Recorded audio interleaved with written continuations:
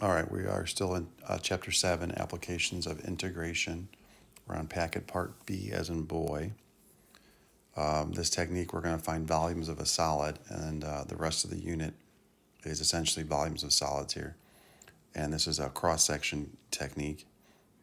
So if anything, if you can imagine that you have an orange, right, and you're going to slice your orange, and you slice it vertically, right? Since it is a sphere, when you open it up and look, you're going to have circles, and you're going to have a variety of circles, right? The closer you get to the end, it gets smaller, and then you get to the middle, and it's the biggest circle, right? And then it starts getting smaller again.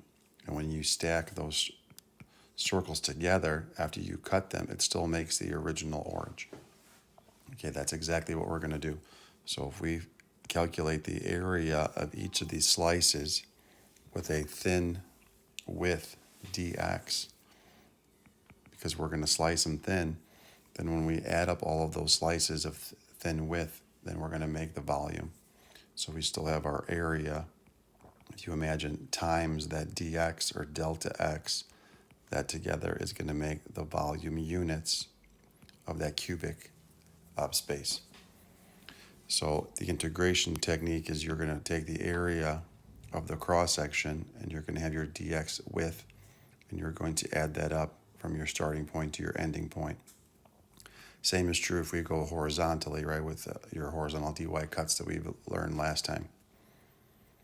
So for this example, we're going to go, I think, A through F, I believe, and we're going to have the same exact equation the entire time. You're going to see the same diagram in the bottom, and we're just going to change the shape. So we're going to do a lot of information here for the first one, and then that information is going to carry over for the next set of examples. So like I said, we're going to use this information throughout.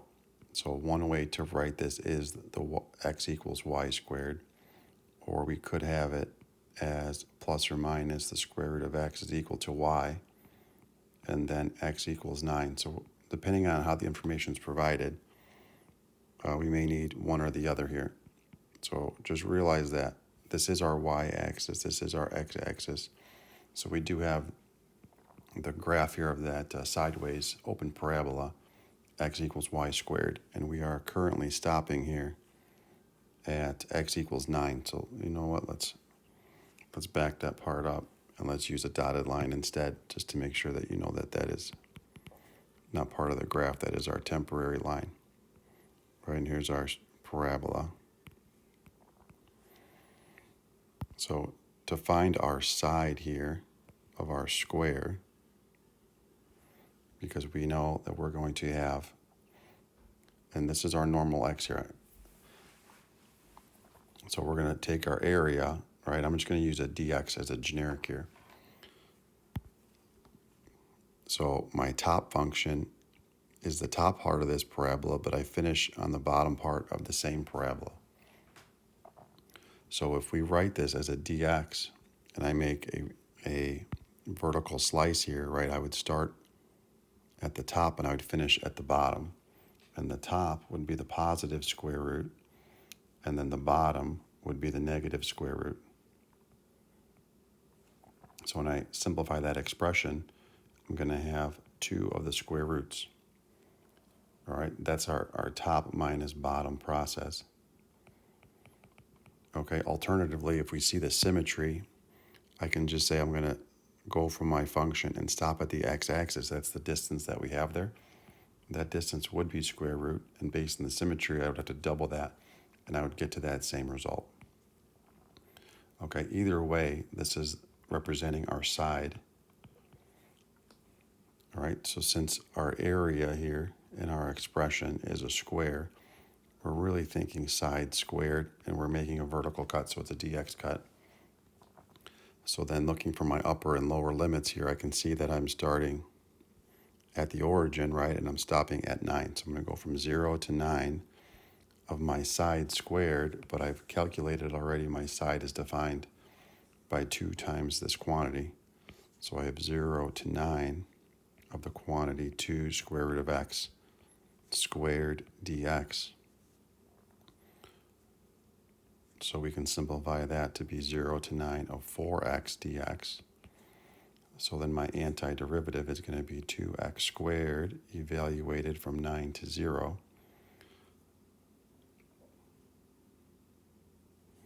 All right, so then I've got 81 minus 0. So then I've got 162. All right, so that's what we have for the square. So we have the same image here below, right, with the same parabola. So I had the same x equals y squared, or y equals plus or minus the square root of x, and x equals 9. So what's changing here is our shape. Okay, so just because the first one's 162 does not mean all of them are 162, because we're adding up different shapes. It's going to have different heights and just different textures altogether. All right, so to clean this up, let's erase what we have there. And we'll have a new space here to write, and it shouldn't take as much writing because I was trying to overwrite the first one. Okay, so we're still thinking start and stop, so we know we're going to try to make that same vertical cut. It's a rectangle, so now I'm thinking like a base times a height. So my base, right, the same idea here, if I do the symmetry, that base would go from the square root to the x-axis. So my base then is really going to be that double of that root like we had last time. And if you look here close in the picture, they're telling us the height is a 2. So then I know the height is a 2. I've got a dx. All right, so I can take my 4 on the outside. My integration is going to be up 1. So we have 3 halves. Divide by 3 halves, or multiply by the reciprocal of 2/3. Evaluate from 9 to 0. So then I've got an 8/3 as a constant on the outside. And again, when you have a fractional power, take your 9, put it in. Take that bottom root first. So the square root of 9 is 3. 3 to the third is 27. All right, you evaluate at 0, it's going to be a 0. I can simplify my division of 3 and 27, and that's a 9. Then I have a 72 as a result. All right, moving on to semicircle. Copy down the same information. X is going to be y squared, or y is equal plus or minus square root of x. X equals 9. All right, so I'm starting off from 0 to 9 still. And now my shape is a semicircle. So now I'm thinking pi r squared divided by 2. We're still going to make a vertical cut. So now if I go to that same section based on the symmetry, now that same section represents my radius. So I'm still going to go 0 to 9. I have my pi halves. So my r is just that positive square root. Then I'm going to square that. I'm not doubling it. I don't want the diameter. I just want that portion there. All right, so then if I square a square root, right, I have my constant comes out. If I square a square root, it cancels out. So then my antiderivative is x squared over 2, evaluated from 9 to 0. So then I've got my pi fourths times 81 minus 0. So 81 pi fourths would be that total volume. And don't forget, this is a volume. All of this is the volume of adding up all of those little slices that are semicircles on that path. All right, equilateral triangle. Again, we've got x equals y squared. Y is equal to my plus or minus square root of x. X is equal to 9. So then I've got 0 to 9. I'm thinking 1/2 base times height dx. So going to that same section here, if I want to go side here, right, I have to go the entire side. So then my side is going to be twice that square root. All right, we're going to have to probably have to do some side work here. I don't think you have this memorized yet. All right, so if we have an equilateral triangle and we drop down the height and it has side S, when I drop down that height, it's going to cut it in half. All right, this is a 30, 60, 90. Sorry, 60's in the corner, 30's up top. So then I know my ratio is going to be a 30, 60, 90, x root 3, 2x. So that tells me that the height here is going to be 1/2 s times radical 3. So radical 3 over 2s. All right, so then if I go to substitute into my expression here, I'm going to change colors to make sure you're following here. All right, 1/2 stays put. My base is the entire bottom length, which we are calling the side. My height is expressed as radical 3 over 2 multiplied by s. Okay, and same, what is that s? Well, that s is this 2 radical x dx. So we've got a lot of cleaning house to do, right? This 2 and this half can cancel. This 2 and this half can cancel.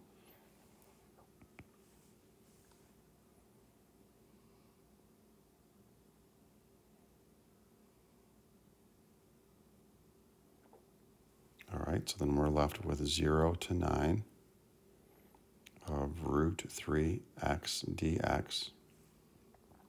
Right, my root 3 can come out and avoid that part. So I know I've got my root 3 antiderivative as x squared over 2, evaluated from 9 to 0. So then I've got root 3, 81 halves minus 0. So 81 radical 3 over 2 is my volume. All right, part E. All right, so we're gonna go from 0 to 9. It's a triangle again. We're thinking 1/2 base times the height.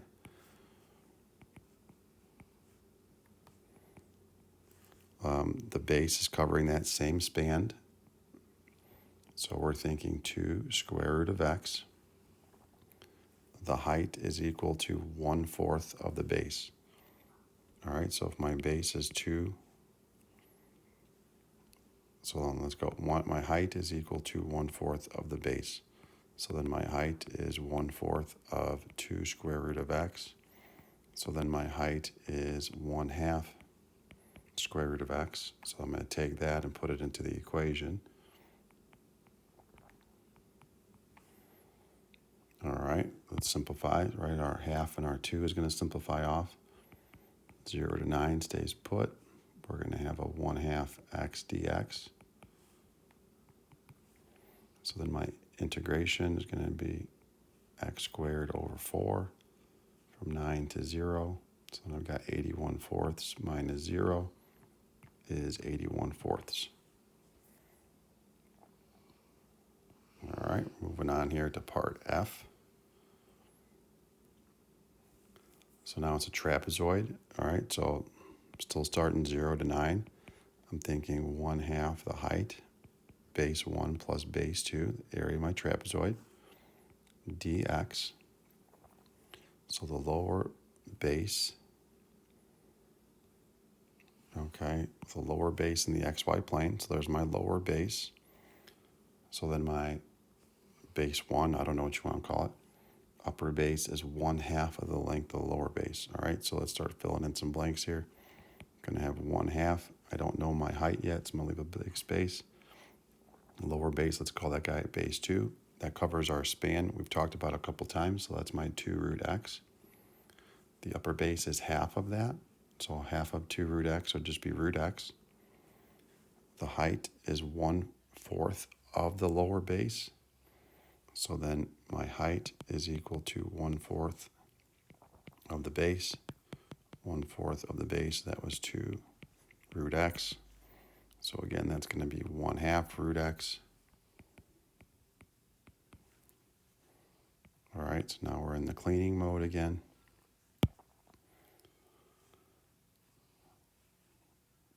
So what if we just take this 1/4 and put it on the outside? Excuse me. Put it on the outside. If I sum these two, it's a 3 root x. If I multiply root x by that, that's going to be a 3x, which means I can take the 3 out as well. A lot of action there just to get to x. So then I've got 3/4 x squared divided by 2, evaluated from 9 to 0. So then I've got 3/8. 81 minus 0. So then that's a 243 over 8 is our final answer there for part F. All right, so now for example 2 and 3 here, these are our last two.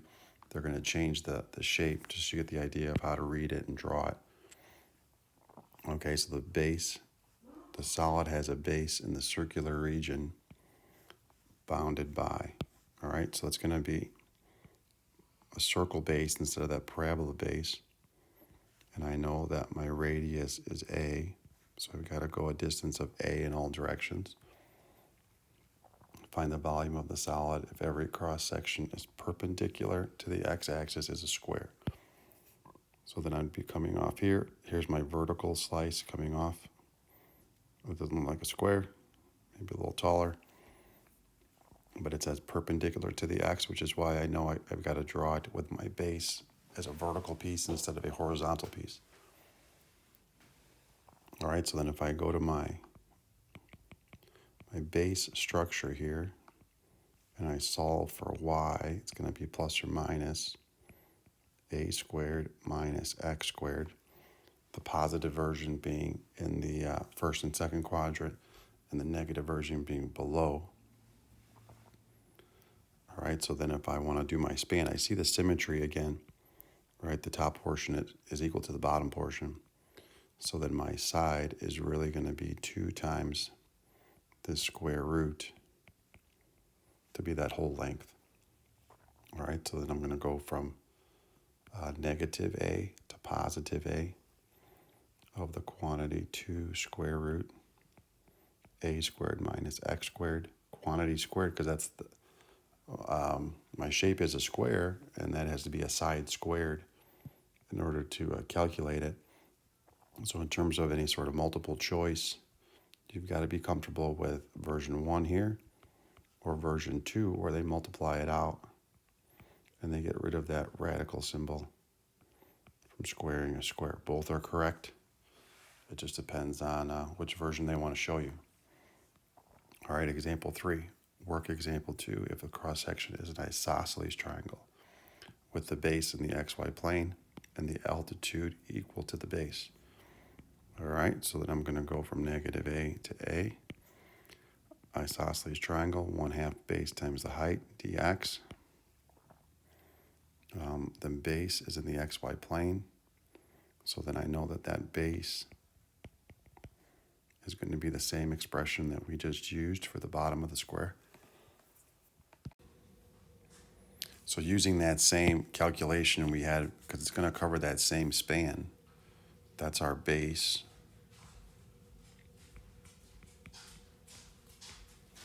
So then it says the height, the altitude is equal to the length of the base. So I'm just going to have the same thing again. You can use a square symbol if you don't want to write it out again, but I'm just kind of thinking about my pieces and just filling out my pieces here. So then if we're going to simplify this expression that is a terrible looking integral symbol,